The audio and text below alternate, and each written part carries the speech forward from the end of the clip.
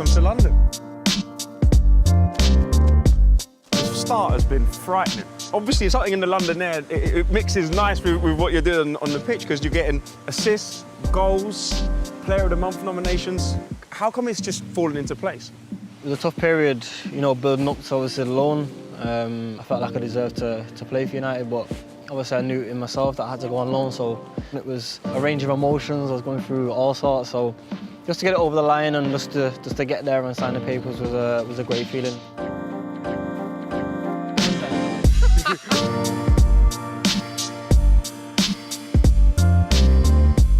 When you scored that goal and that dance, that was like a coming out party. It felt like cool, like, you know what I mean? Who came up with the idea of the band? Right, so first of all, Pablo Fornals, in training we was doing like a shooting drill, and every time we scored, he was just like doing the flute in it, and I was like, oh, like Joe joined him with that. And then I scored.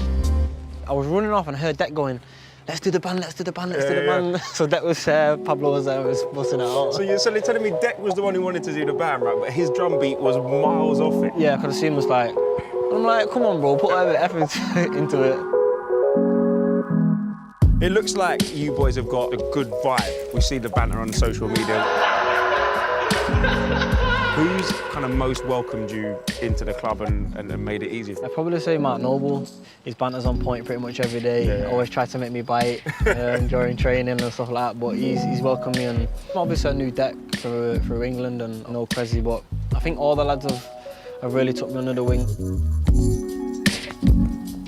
You live local. I mean, it must have been a bit weird when you look out your window and you've got the Jesse Lingard celebration lights come beaming into your door. You're thinking, how'd you find me? How'd you know? Yeah, I was at training and my brother's, when he wakes up, he can see directly across. And he seen it, took a picture, sent it me. I was like, what's that? And he's like, come home and you'll see it, innit? So I went home, seen it, and I was like, I need to get this on Instagram just to find out who the kids are, innit?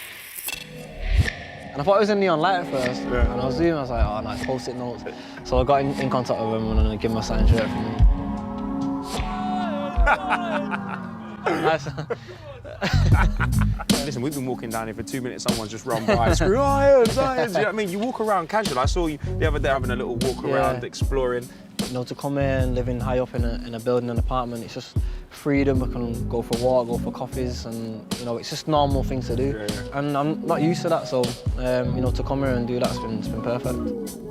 A tough 2 years, maybe playing not as much football. How do you kind of stay focused and stay positive around that?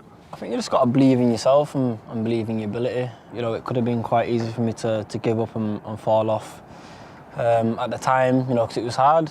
You train, you know, all week leading up to the game, and then, you know, not getting picked. Of course, for any player, it's difficult. And it was a time where it was locked down, and I thought, let me just look back at some old games and some old England games that I played and games that I played well in for United, and just get the fire in my belly again. You look like you're playing with a smile on your face, and there's not the weight on your shoulders maybe that there has been before, because you are getting time, you are getting gigs, you are playing well. Does that make life outside of football easier as well? Yeah, 100%. I mean, you know, football is, even though it's our work, it's our hobby as well. And you know, I love playing football from when I was young. My smile on my face before the game, after the game, during the game, just to be back on the pitch doing what I do best, and you know, you can't beat that feeling. But you come across as like an always happy guy. Like, you know, you see on the socials, is that hard to maintain, even maybe when under the surface is not quite the same? Yeah, definitely. I think obviously everyone has highs and lows, and you know, my lows have been, you know, really low, and you know, it's like I say, it's about self-belief and what you want as a person. I believe that, you know, whatever positive and good you put out in the universe, you get back. So you know, I've always tried to stay positive. I've always had a positive mindset.